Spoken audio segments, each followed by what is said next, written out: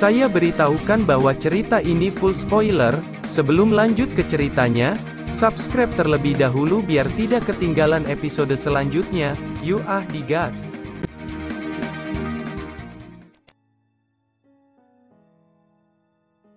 Melanjutkan dari cerita sebelumnya, kesopanan Gu Yuan membuat Xiaozan sangat senang. Perasaan dihormati benar-benar membuat orang merasa nyaman.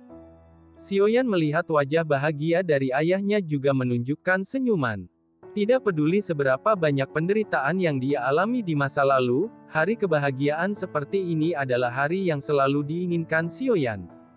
Pada saat ini Xiaoyan tiba-tiba mengutak-ngatik set teh dan mengeluarkan sekantung air jernih. Itu adalah sesuatu yang sengaja Xiaoyan dengan membawanya dari daratan Dodi. Xiaoyan perlahan-lahan menuangkan air ke dalam perangkat teh. Dan air dalam panci segera mendidih. Mata Gu Yuan Zukun dan Xiaozan juga tertarik dengan apa yang dilakukan oleh Xiaoyan. Air mendidih itu perlahan-lahan dituangkan ke dalam teko berisi teh salju absolut. Setelah beberapa saat teh seperlunya menyerap kelembaban dan daun teh kering sepenuhnya terendam. Aroma teh perlahan-lahan meluap di sepanjang teko. Xiaoyan melihat ekspresi ketiga orang itu, dia tersenyum. Setelah beberapa saat Xiaoyan perlahan menuangkan teh ke dalam cangkir batu giok, dan diserahkan kepada Xiaozan Zukun dan Gu Yuan. Teh ini yang saya bawa turun dari alam atas benua Dodi. Biasanya ini disebut teh sue-sue, bahkan di alam atas ini adalah teh langka dan berharga. Tentu saja teh ini tidak sederhana, teh ini bisa membuat kekuatan Anda semua meningkat, ucap Xiaoyan tersenyum. Apakah ini sangat ajaib? Bisakah teh membantu kekuatan, ucap Zukun tidak percaya. Tetapi dia merasa bahwa aromanya sangat aneh. Tanpa ragu-ragu dia juga mengambil cangkir teh dan segera menyesapnya. Ketika teh mengalir ke mulutnya, dia dapat merasakan kekuatan lembut mengalir ke dalam tubuh. Kekuatan Zukun yang semula Dodi awal kini sudah menerobos ke Dodi bintang 1. Zukun, Gu Yuan dan Xiaozan mulai menutup mata dan mengerang. Mereka merasa bahwa kekuatan di dalam tubuhnya perlahan mengalir. Xiaoyan tersenyum saat melihat ketiganya memasuki kondisi kultivasi. Setelah beberapa saat kemudian Zukun membuka matanya terlebih dahulu. Matanya berkedip karena terkejut. Gu Yuan juga segera membuka matanya. Dan kekuatannya juga ditingkatkan menjadi Dodi bintang 1. Wajahnya merasa dipenuhi dengan kegembiraan. Luar biasa, ucap Zukun dan Gu Yuan sama-sama terkejut. Tiba-tiba mereka minum teh lagi dengan seteguk besar, tapi kali ini kekuatan mereka tidak berubah. Xiaoyan tersenyum pahit lalu berkata, saya lupa memberitahumu bahwa teh ini hanya efektif jika Anda meminumnya untuk pertama kalinya, dan yang kedua kalinya akan menjadi teh biasa, hanya untuk efek menyegarkan, ucap Xiaoyan memandang mereka. Zukun dan Gu Yuan yang meneguk teh dengan banyak, seketika ekspresi mereka malu. Xiaozan juga perlahan membuka matanya saat ini. Kekuatan Dao Sheng juga melintasi 5 bintang, dan wajahnya sangat gembira. Yan teh ini benar-benar luar biasa. Jika kedua kakak laki-laki Anda tahu ini, maka mereka tidak akan membiarkan Anda pergi, ucap Xiaozan tertawa. Xiaoyan juga tersenyum sedikit. Hal-hal baik seperti itu secara alami akan membuat kedua kakak laki-lakinya bermanfaat. Zukun dan Gu Yuan juga tertawa dan tidak bisa diam, mereka memuji Xiaoyan. Xiaoyan berhenti membahas topik ini saat dia berkata, sepertinya ayah Gu Yuan dan paman Zukun menerobos ke Dodi lebih awal. Mengapa Anda berdua tidak pergi ke benua Dodi? Sumber alam di sana lebih kuat dari benua Daoqi. Dan di sana kekuatan Anda berdua akan dapat ditingkatkan lagi, ucap Xiaoyan. Zukun dan Gu Yuan saling memandang dan tersenyum sedikit. Apa yang ditertawakan kedua senior, ucap Xiaoyan sedikit bingung. Kami sekarang cukup menjaga keluarga dan benua di sini.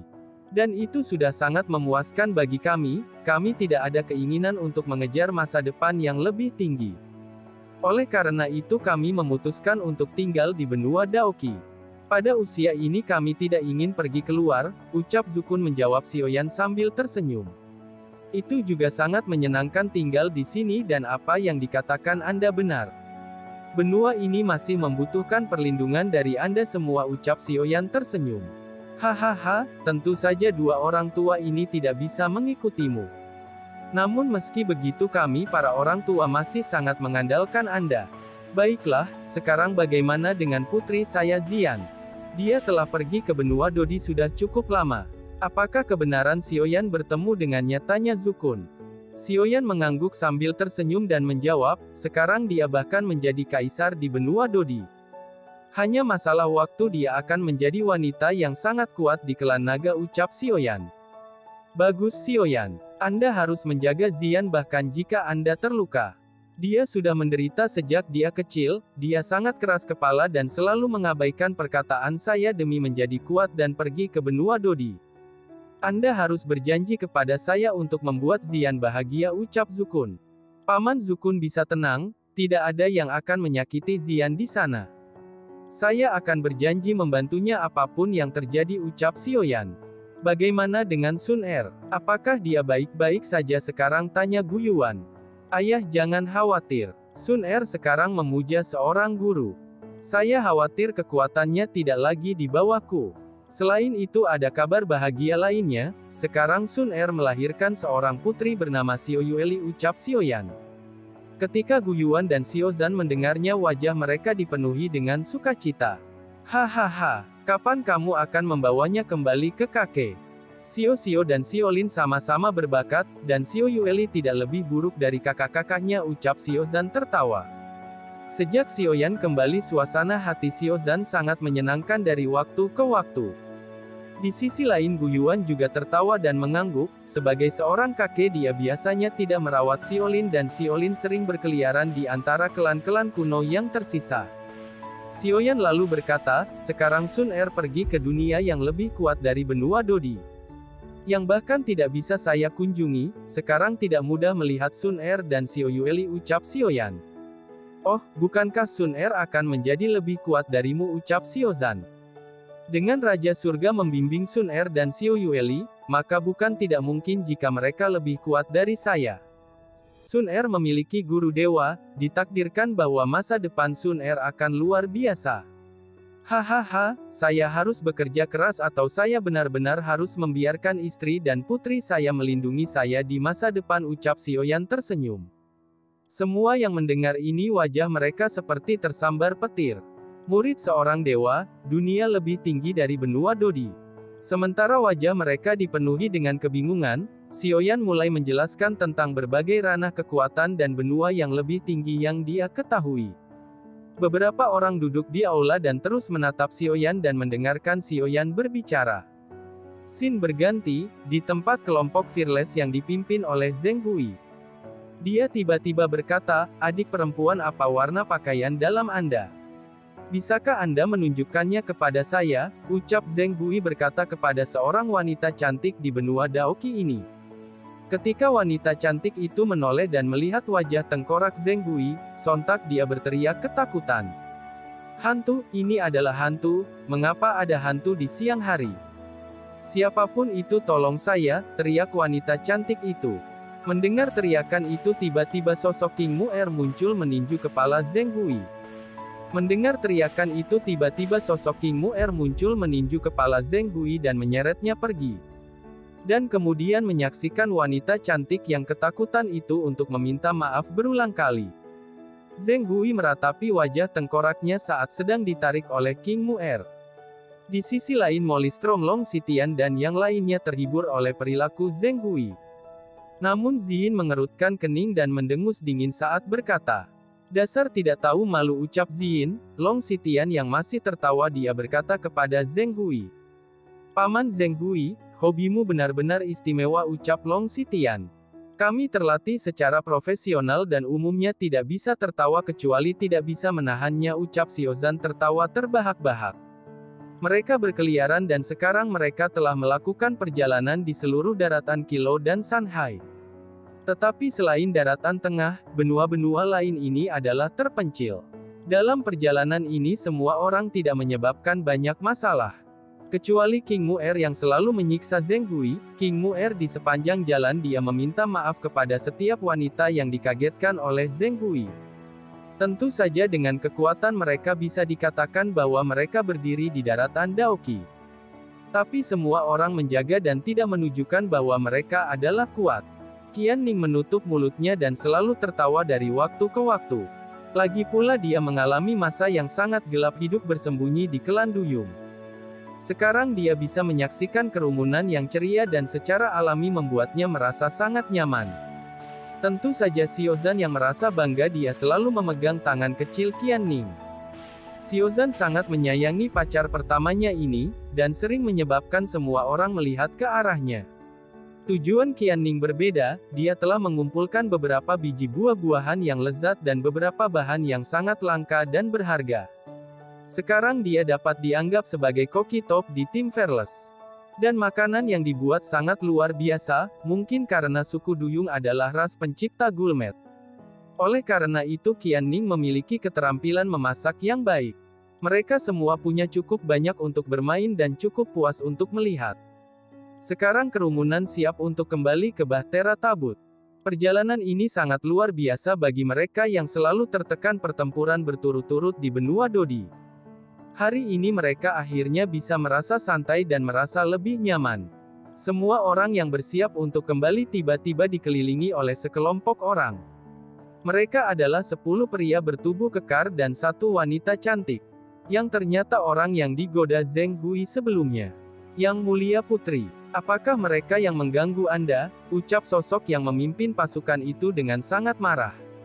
Sepertinya wanita cantik yang diprovokasi Zheng Hui bukanlah orang biasa. Dia seorang putri di benua Daoqi ini. Bos besar, mengapa masih berbicara omong kosong kepada mereka? Potong tangan dan kakinya lalu gantung kepala mereka di gerbang kota. Biarkan semua orang tahu resiko apa jika berani menggoda yang mulia putri kita, ucap pria besar di sampingnya juga sangat marah.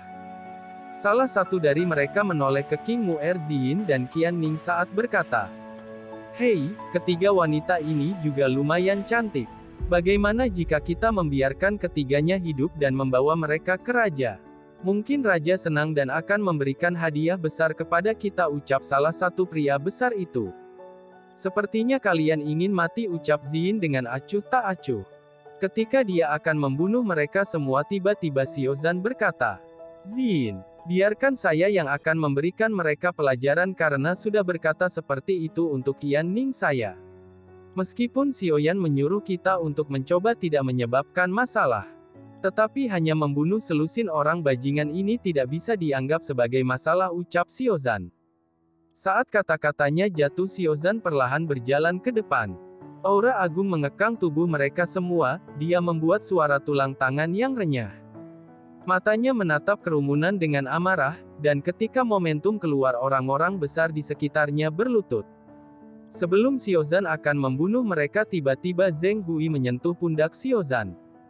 Dia melangkah maju dan kali ini Zheng Hui berkata dengan sopan, "Nona, aku benar-benar minta maaf. Aku tidak berniat untuk menakut-nakuti Anda sebelumnya," ucap Zheng Hui. Ketika seorang wanita cantik itu ketakutan seorang lelaki besar berteriak pada Zheng Hui. "Hei, monster jauhi yang mulia putri kita," ucap seorang lelaki besar itu. Kata-kata itu baru saja selesai dan wajahnya tiba-tiba kosong. Dia langsung jatuh ke tanah tanpa nafas. "Saya benci orang yang memanggil saya monster," ucap Zheng Hui berkata dengan dingin. Pria besar lainnya yang sombong ketika melihat orangnya mati tanpa pergerakan Zheng Hui. Seketika wajahnya berubah pucat, tetapi dia segera bereaksi dan meraung. Semua orang mengangkat kapaknya dan menembak ke depan. Orang yang paling kuat dalam kelompok ini hanyalah Dao Sheng. Mereka bahkan bertarung membabi buta tanpa mengukur kekuatan pihak lain. Zheng Hui mendengus dingin, dan kekuatan jiwa agung membunuh mereka semua. Hanya menyisakan wanita cantik yang masih berdiri dengan wajah pucat.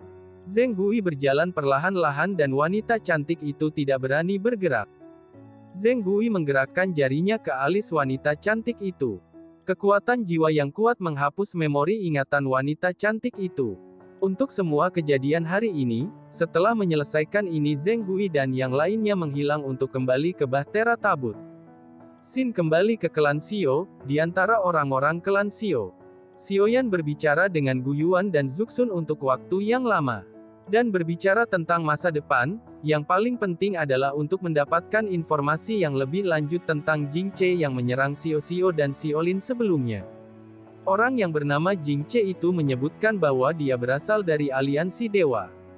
Setelah mendengar nama ini Xiaoyan dapat menebak bahwa kekuatan aliansi dewa sangat besar dengan bisa mengontrol kekuatan dan kehancuran alam.